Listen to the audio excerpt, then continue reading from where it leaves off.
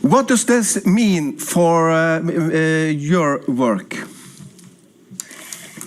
It means we keep doing what we do, right? This is added energy, added focus. I mean, the biggest problem that we have is that so much happens in darkness. And I think what we've always tried to do is to continue doing journalism, accountability journalism, investigations that will hold power to account. It's just become far more difficult with the advent of technology and social media and the way social media has allowed budding authoritarians and dictators to exploit their algorithms and take power and crumble democracies from within. So, I mean, thank you so much for recognizing what effort it takes to do the job of a journalist today. So much darkness, you say. Do you think this prize will take you from darkness to brightness?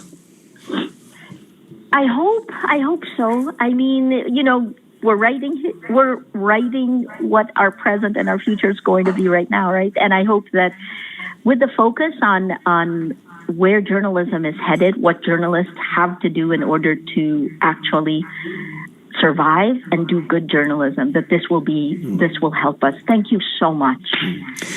And this prize will definitively give you and your team more spirit to continue the fight. Rappler has been under attack since 2016, and the mission of journalism has never been as important as it is today.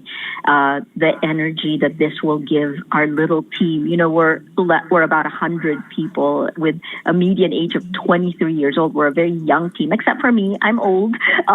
You know, we're actually, this will give us tremendous energy to continue the fight. But not too old to come to Norway, to come to Oslo and be a part of the big ceremony, the celebration, and get the prize physically. I certainly hope so. You know, I'm fighting for my right to travel. I've been denied 4 times in the last year, but, you know, there's no better reason to go. I am looking forward to it. Thank you so much.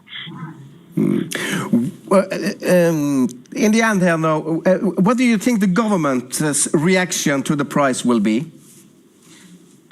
They obviously will not be happy, but I think that, you know, what we're seeing is we're in a battle for facts, for truth. And truth and facts are under attack. Journalists are attacked because we're trying to hold on to this.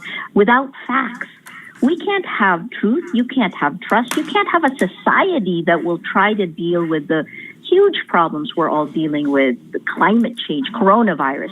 So this is critical to all of our future, not just the future of the Philippines, but also the future of democracies around the world. You have to share the prize with the Russian journalist Dmitry Muratov.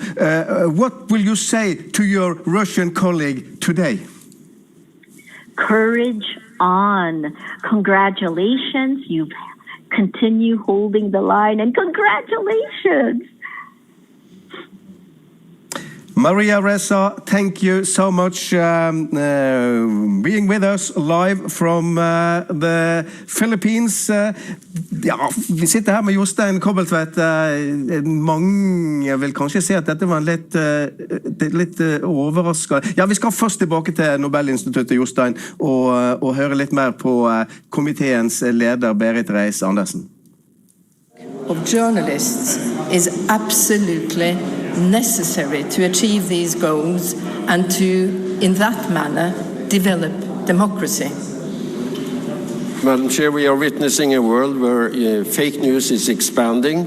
We all witnessed what happened in the United States when the former president did not accept the result of the election. How important do you think it is to really stand by for free journalism, free press, the free speech award? Well, there is an irony that in today's world we have more press and more information than the world ever has faced. At the same time, we also see the abuse and the manipulation of the free press and the public discourse. As with fake news, this is one of the issues of Maria Ressa. She is very critical to the use of Facebook to manipulate the public debate. And freedom of expression is full of paradoxes. And conveying fake news and information that is propaganda and untrue is also a violation of freedom of expression. And all freedom of expression has its limitations. That is also a very important factor in this debate. Madam Chair, my name is Bibiana Piena. I'm with the Norwegian News Agency. I have two questions for you. First, the last years, the Filipino government has led a crackdown on journalists, a very serious one. Now we see the same thing happening in countries like Afghanistan. What impact do you hope this prize will have on regimes like Philippines and Afghanistan? That's the first question. My second question is regarding not this year's prize, but the prize from 2 years ago to Abiy Ahmed. He is now waging a war in the Tigray region in Ethiopia. He has recently expelled several senior UN officers. Has Mr. Ahmed lived up to the expectations of the Nobel Committee? Today I will not comment on other Nobel laureates and other issues than we have on the table today.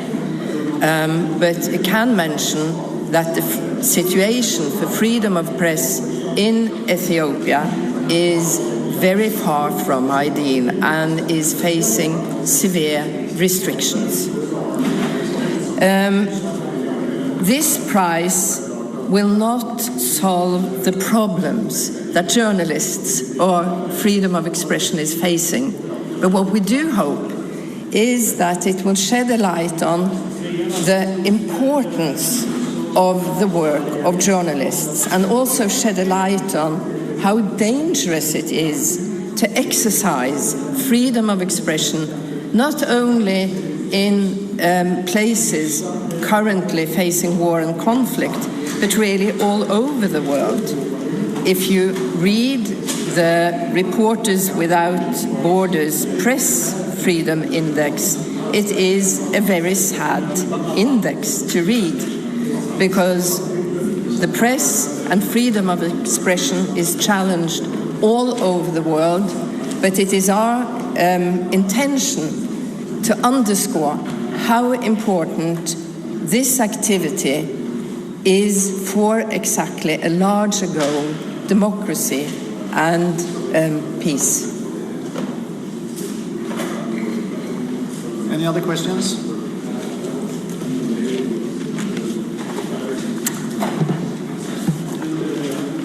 Thank you very much. Thank you.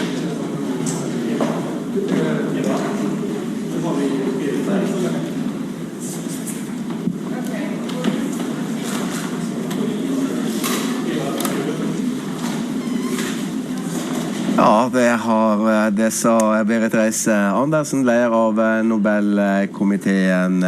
Prisen altså til 2 modige journalister som har over lang tid jobbet for retten til å utøve det frie ord, retten til å fortelle sannhet.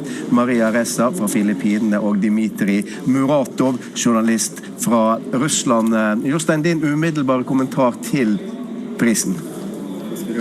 Maria Ressa og Dmitry Muratov med prisen. Den er svært god, veldig velfortjent. Her har jo Nobelkomiteen både satt fokus på journalistikk.